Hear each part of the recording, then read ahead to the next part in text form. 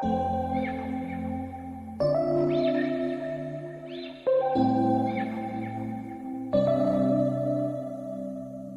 we met, I can tell by your smile. Bom, pessoal, hoje eu estou com meu amigo, meu ex-chefe também, eu não vou falar o lugar, o Robson. Ele vai falar um pouquinho da história dele. Tudo bem, Robson, com você?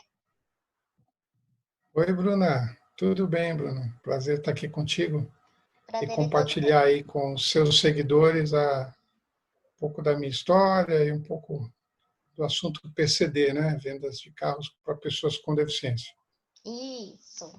Então conta um pouquinho para mim, para nós, né, sobre essa história, como tudo aconteceu, como entrou um pouquinho no ramo do PCDs também. Meu nome é Robson, eu tenho 52 anos de idade, né? Casado, pai de 3 filhos e fico cadeirante, paraplégico, no caso, há 25 anos atrás, né? Por um problema, hoje tanto a gente está falando aí no coronavírus, né? Mas o meu foi uma virose também, não identificada exatamente que tipo de vírus, mas que se alojou na minha medula espinhal, né? E causou lá uma inflamação e que me deixou a sequela da paraplegia, né? Essa virose ela surgiu repentinamente, eu tinha 27 anos de idade na época, né? E do nada comecei a sentir uma dor muito estranha nas costas, depois acompanhado de febre, e fui para o hospital. Entrei no hospital no pronto-socorro várias vezes no dia, mas foi em setembro de 95, 1995, né? Não tem como esquecer a data. E passando no pronto-socorro por várias vezes, acharam que era um mau jeito na coluna, a princípio, né? E fui 3 vezes no pronto-socorro. Na quarta vez, já à noite, com a dor já muito mais forte do que tinha começado e já quase insuportável, o médico resolveu me internar, né? E entrei daí com o diagnóstico de cálculo renal, tá? Não se tinha um histórico o médico que mostrasse que eu tinha algum problema na medula espinhal, né? E um diagnóstico muito difícil de ser feito. E fiquei hospitalizado, internado naquela noite.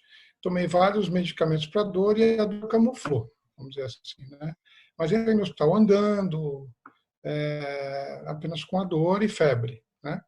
E no dia seguinte, já dentro do quarto, né, no leito, eu fui levantar para ir ao banheiro e não conseguia fazer xixi, né? Só que aí o médico veio e aumentou ainda mais a chance de ser, segundo o diagnóstico, ser cálculo renal, né? Mas não era, já era um início de uma lesão medular, onde a gente tem um músculo, que é o esfíncter, né? E que ele não estava respondendo para abrir para a urina sair pelo canal da uretra, entendeu? E o médico, suspeitando a renal, me pediu para que eu insistisse no banheiro, porque provavelmente uma pedra do rim tinha descido e tapado o canal da uretra, e era para mim insistir para ir no banheiro para tentar pegar essa pedra. Só que numa das vezes que eu fui tentar levantar o banheiro, né, aí a perna já começou a formigar, perder sensibilidade, movimento, e aí sim, viram que era um problema mais grave, chamaram o neurologista e sobe para UTI urgente, né? Aí o exame que detectou uma infecção na medula espinhal foi o chamado teste do líquor, né, que é uma agulha que eles enfiam na medula espinhal e tira ali aquele líquido que tem dentro que corre ali na coluna vertebral, né? E pediu um exame com urgência, né? Se eu já estava no leito da UTI, e esse exame diagnosticou sim uma infecção em andamento, evoluindo rapidamente dentro da medula espinhal. Essa infecção ela me acometeu de baixo para cima, vamos chamar assim, do cone medular, que a gente sabe que é ali o embaixo, bem o finalzinho da medula espinhal, e vinha subindo, né, rapidamente. Então entraram com antibiótico, o corticoide, eu não lembro bem o que eu tomei, mas vários medicamentos, né? Mas o médico me preocupou e preocupou toda a família, porque essa infecção ela poderia me causar, se subisse por toda a medula espinhal, uma tetraplegia completa, né? E até a morte, porque ela poderia causar para mim a paralisação se subisse a nível cervical, a paralisação do diafragma, né, de respiração, a respiração voluntária, né, e podendo levar a óbito. Mas isso, graças a Deus, não aconteceu.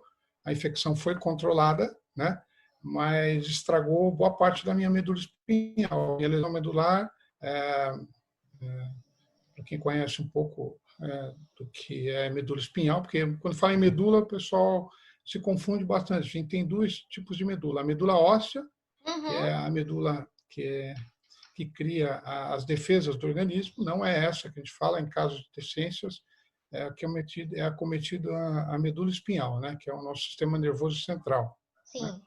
Né?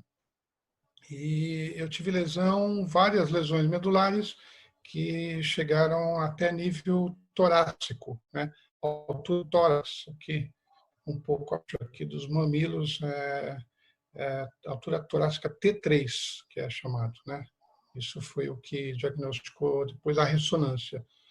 E aí, vamos lá, aconteceu, é um drama, né? Para quem está assistindo e já passou algo parecido, ou por diversas causas, muita gente fica paraplégico ou tetraplégico por acidentes, traumas diversos, arma de fogo, enfim, né? Mas no meu caso foi algo inusitado, vamos dizer assim, mais raro, né? Uma virose me causou a lesão medular. E aí, mudança de vida por completo, né? Passei por reabilitação na ACD, né? Em São Paulo, um centro de reabilitação referência, ainda hoje né? Isso já no passado já era, e ainda hoje muita gente que tem diversos tipos de deficiência procura a ACD para se reabilitar, e foi lá que eu me reabilitei. Comecei, vamos dizer, uma nova vida de outra forma, né? Onde eu faço tratamento até. Você conhece bem, então, lá, né? É um centro fantástico, profissionais exemplares, né, que conhecem tudo e mais um pouco sobre diversas situações que causam sequelas físicas, né? E foi lá que eu me reabilitei. E de lá, precisei comprar um carro para me locomover, né? Imagine se em 1990 fiquei paraplégico em 95, em 97 eu fui em busca de comprar um carro para ganhar independência, né? E não se tinha nada de informação, sequer se tinha internet, né? As informações eram bem mais difíceis de alcançar como hoje, né? Ainda hoje tem muita desinformação a respeito do assunto, né? E na época então que eu fui comprar meu primeiro carro, quase não se tinha nada. Mesmo assim, eu fui em busca, né? Procurei os órgãos competentes, Receita Federal, Secretaria da Fazenda do Estado, para obter as isenções, né? Mas era tudo no formulário, te dava lá uma xerox, uma cópia de um formulário e uma lista com alguns documentos, falava, providencie isso aqui. E foi aí que eu entrei nesse universo de automóveis para PCD, né?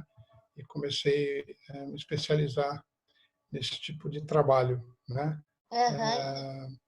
Então, aí surgiu a minha compra do carro e com a compra, automaticamente passei a conhecer o processo. É lógico que depois o processo, como tudo, foi evoluindo, né? Hoje ele é um formato digital, né? O PCD, ele, se quiser, ele não precisa sair de casa para conseguir dar entrada nessas isenções, né?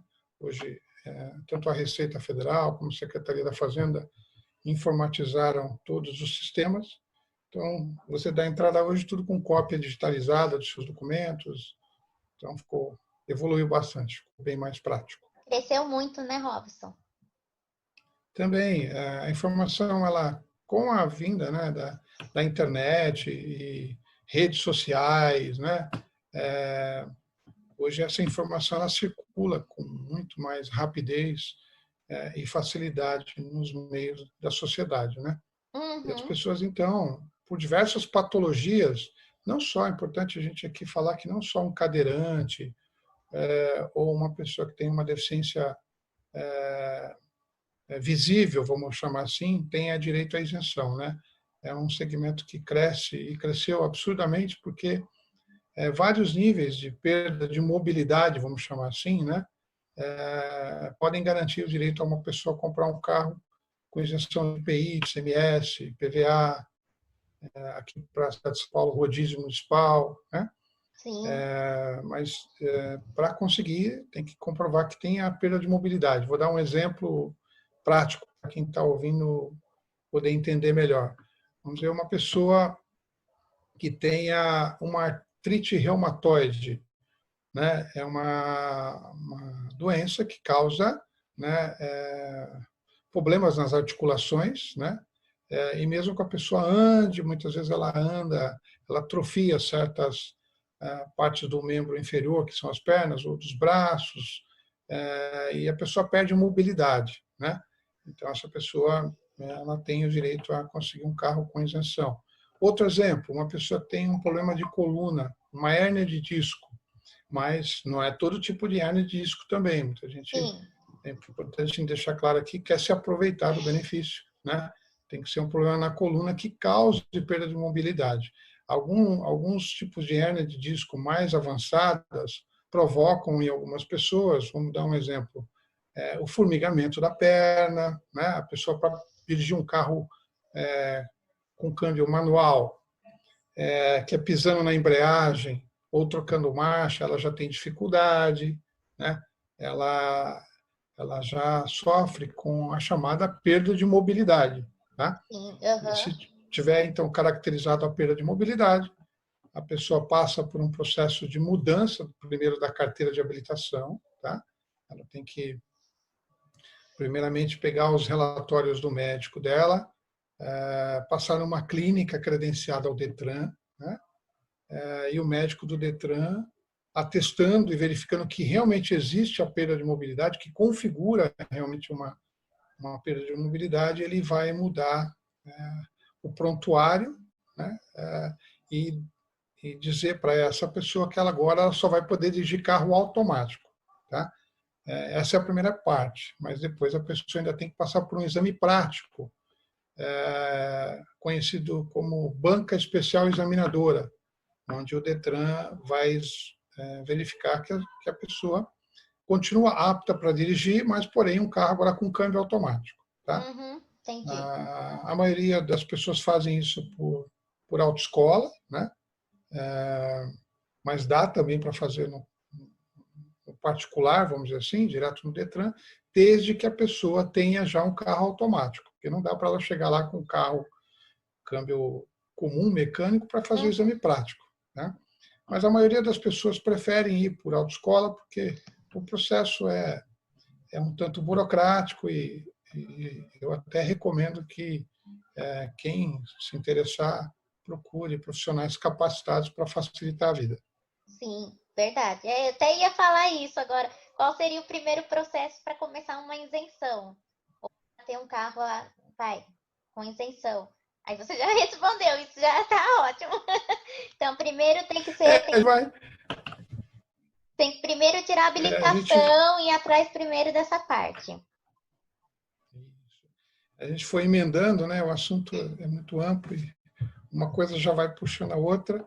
Sim, Mas podemos falar também, o público pode imaginar, e os deficientes que não podem dirigir? A gente falou inicialmente dos deficientes condutores, que são isso. pessoas com uma perda de mobilidade ou deficiências físicas, né, que pretendem dirigir um carro com câmbio automático, ou também automático com alguma adaptação. Tá? Para muitas deficiências, só o câmbio automático já resolve. Mas para outras, vamos dizer o exemplo, o seu caso, que eu te conheço, o meu, que tem uma perda de mobilidade nos quase que total dos membros inferiores, a gente Uhum. precisa de uma adaptação, né? Que é para acelerar e frear o carro com a mão, né? Tem pessoas, vamos imaginar uma pessoa deficiente que tenha uma amputação da perna direita, tá? Essa pessoa ela não consegue acelerar e frear com a perna direita porque ela não tem o membro. E aí, o médico do Detran, ao avaliar isso, ele pede uma adaptação, que é uma transformação simples no carro, onde se acrescenta um acelerador para o lado esquerdo, tá? E aí a pessoa passa a acelerar e frear com o pé esquerdo, tá? E algumas outras adaptações para casos específicos, vamos dizer, um tetraplégico incompleto, lógico, né? A pessoa tem uma tetraplegia, mas tem alguma parte dos movimentos dos braços preservados, dá para dirigir, mas ele vai precisar de algumas adaptações que tem que ser verificadas caso a caso, né? E tem, vamos falar agora dos não condutores, né? Que são pessoas com deficiências mais severas, vou chamar assim, tá? Uhum. Vamos dar um exemplo, os deficientes visuais, né? Um tetraplégico com uma tetraplegia completa, né?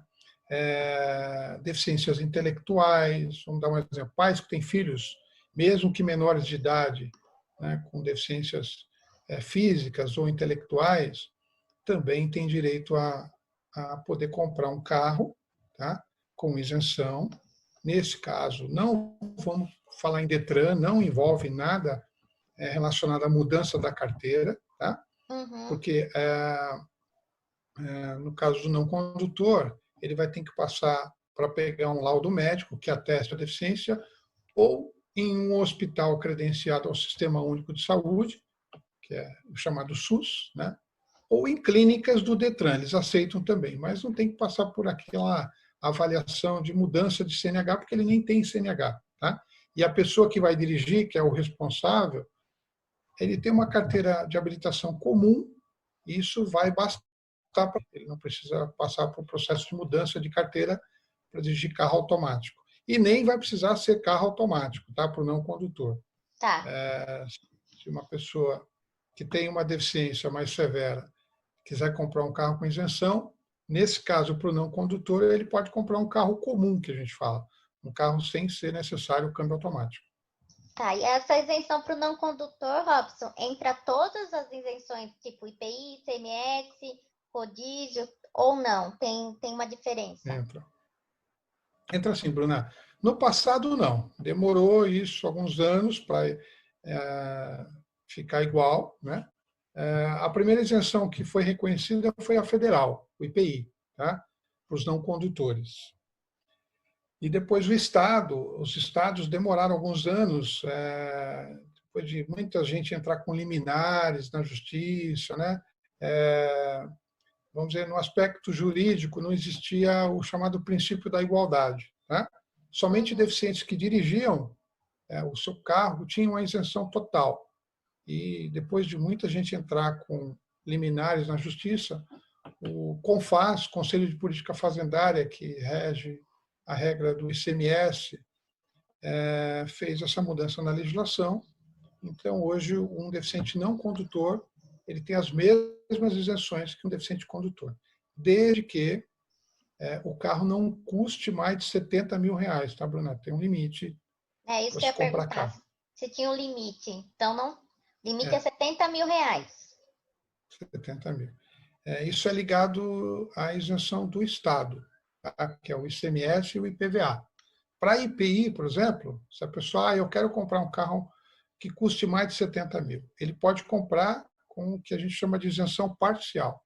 Aí ele Uhum. tem somente a isenção do IPI, porque a legislação do IPI não coloca restrição nenhuma na lei quanto a limite de valor, tá? Tá. Quem coloca essa restrição é o governo do Estado. E, inclusive, esse limite, infelizmente, ele está muito defasado.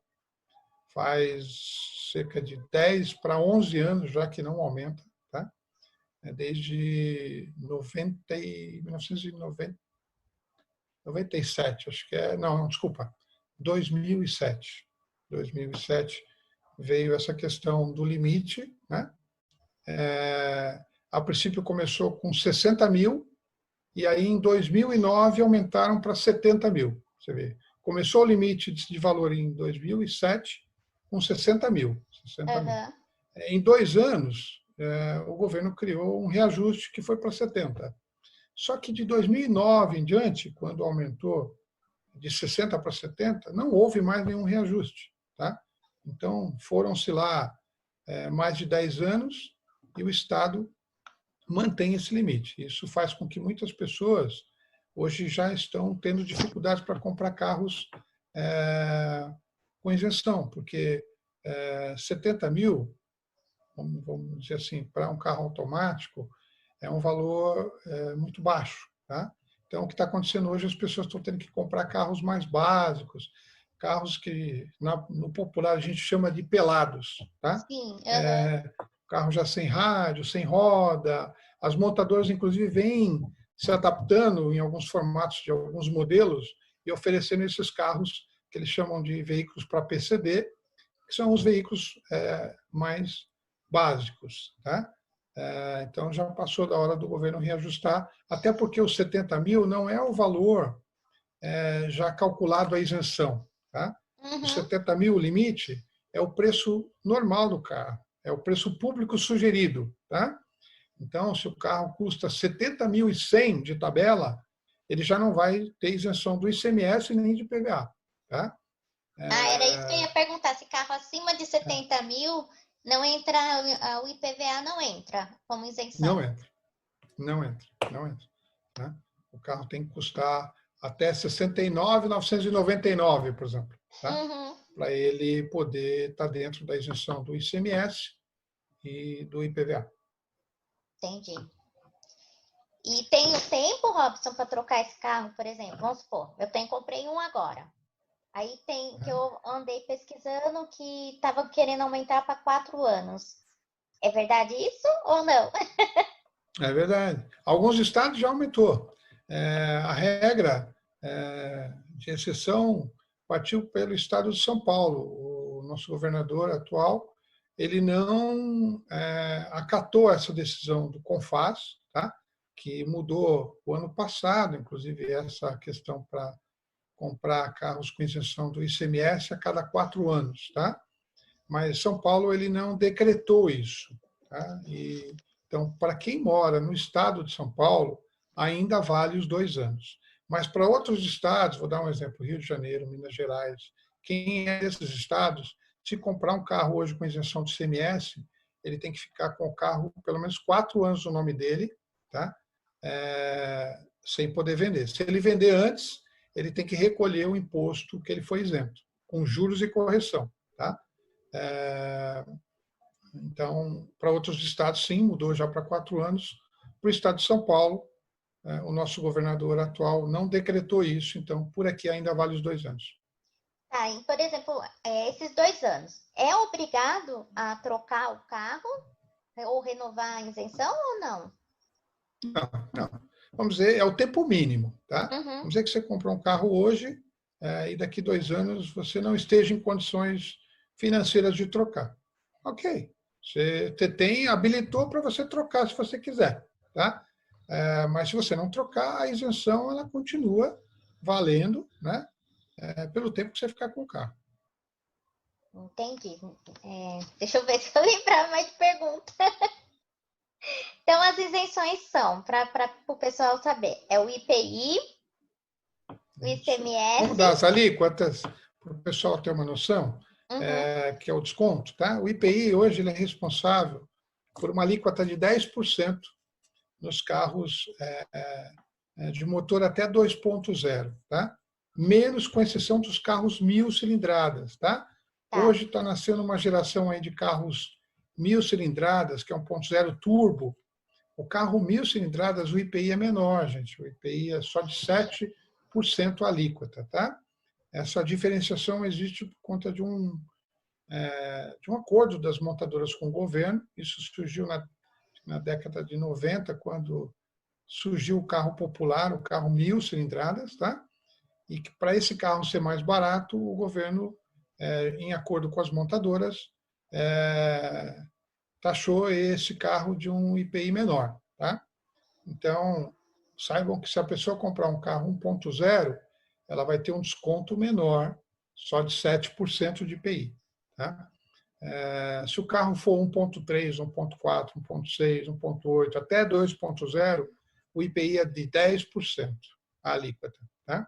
Uhum. E o ICMS, que é a isenção estadual, esse não tem diferença por motorização, 12% a alíquota para todos os carros, o ICMS. Mas essa legislação tem, como a gente falou, a restrição do limite de 70 mil. Só pode comprar carro até 70 mil. Tá? E o IPVA, né?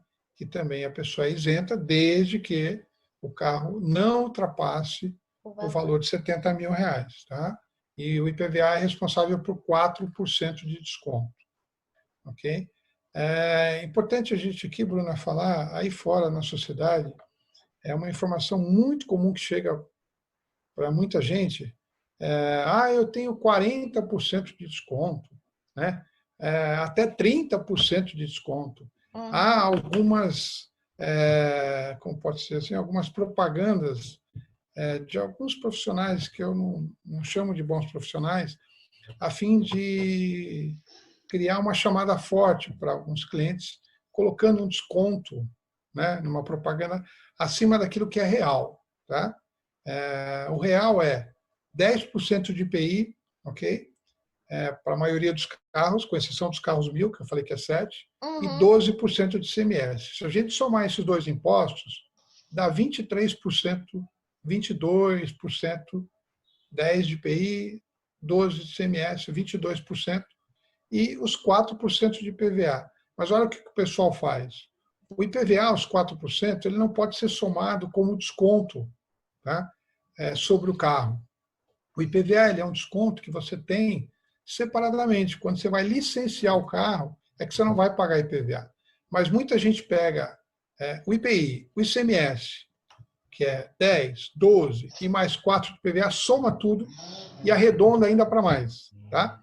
Então, é importante que a pessoa que vai comprar um carro tenha a noção exata do desconto. Tá? Sim. Algumas montadoras, em casos particulares de determinados modelos, pode ela também acrescentar algum desconto. Tá? Mas isso é uma exceção. Uhum. A alíquota desses impostos que eu citei, ela é igual para toda e qualquer montadora estabelecida dentro do território do estado de São Paulo, por exemplo, ou dentro. O ICMS ele varia de estado para estado, mas como a maioria das montadoras estão domiciliadas no estado de São Paulo, de maneira geral, a gente fala que o ICMS é 12%. Tá? Entendi. É bom que eu tirou até minhas dúvidas, que eu tinha essas dúvidas também, mas eu tô. Isso porque a gente trabalhou junto. É muita particularidade, Bruna. É muita particularidade, né? E muita desinformação. Mas hoje você acha muita coisa na internet, né? Importante a pessoa Sim. ler, se inteirar, né? Para também não ser enganada, porque infelizmente, como todo segmento, tem os bons e os maus profissionais, né? Que passam informação irreal. Não, mas já tirou bastante dúvida, sim, do pessoal que me pergunta também. Igualzinho aqui no meu prédio tem muitos PCDs que pergunta para mim, que vê que eu tenho carro já com isenção, tira a dúvida aqui porque não tem carro. Então, aí eu falei, deixa eu conversar com uma pessoa que entende, que vai explicar melhor. Então, assim, sanou mesmo todas as dúvidas. Qualquer coisa também, se você deixar, eu passo o seu contato para as pessoas, se você deixar. Claro? Claro, não vou pôr o nome, você sabe de quem, É, é, eu não mas posso. não, fica tranquilo. É, Mas assim, ok. eu agradeço que já tirou bastante dúvida mesmo.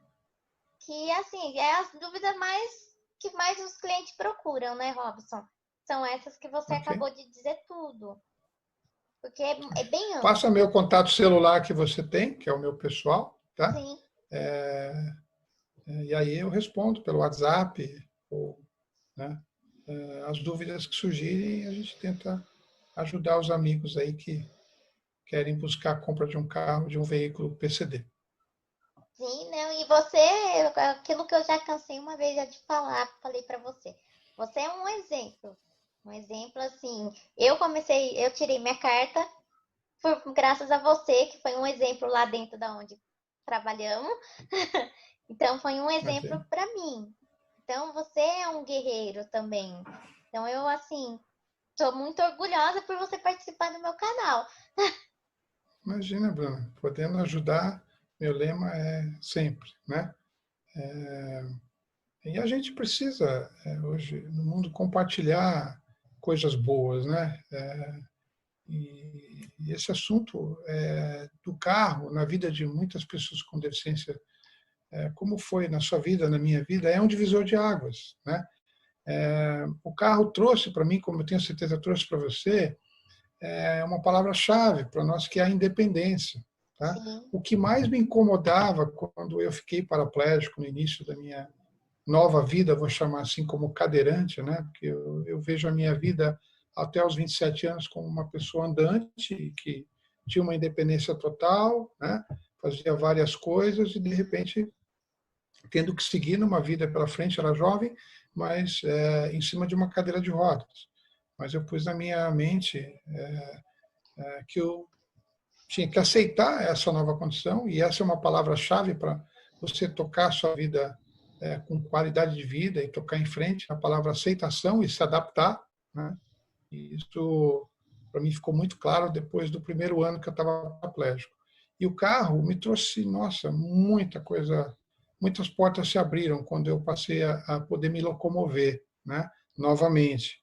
Não de forma andando, mas sim com o carro, né? Porque hoje a gente sabe, quando eu fiquei paraplégico, ainda mais. Hoje a gente já tem muita dificuldade de acessibilidade, tem. guias rebaixadas, né?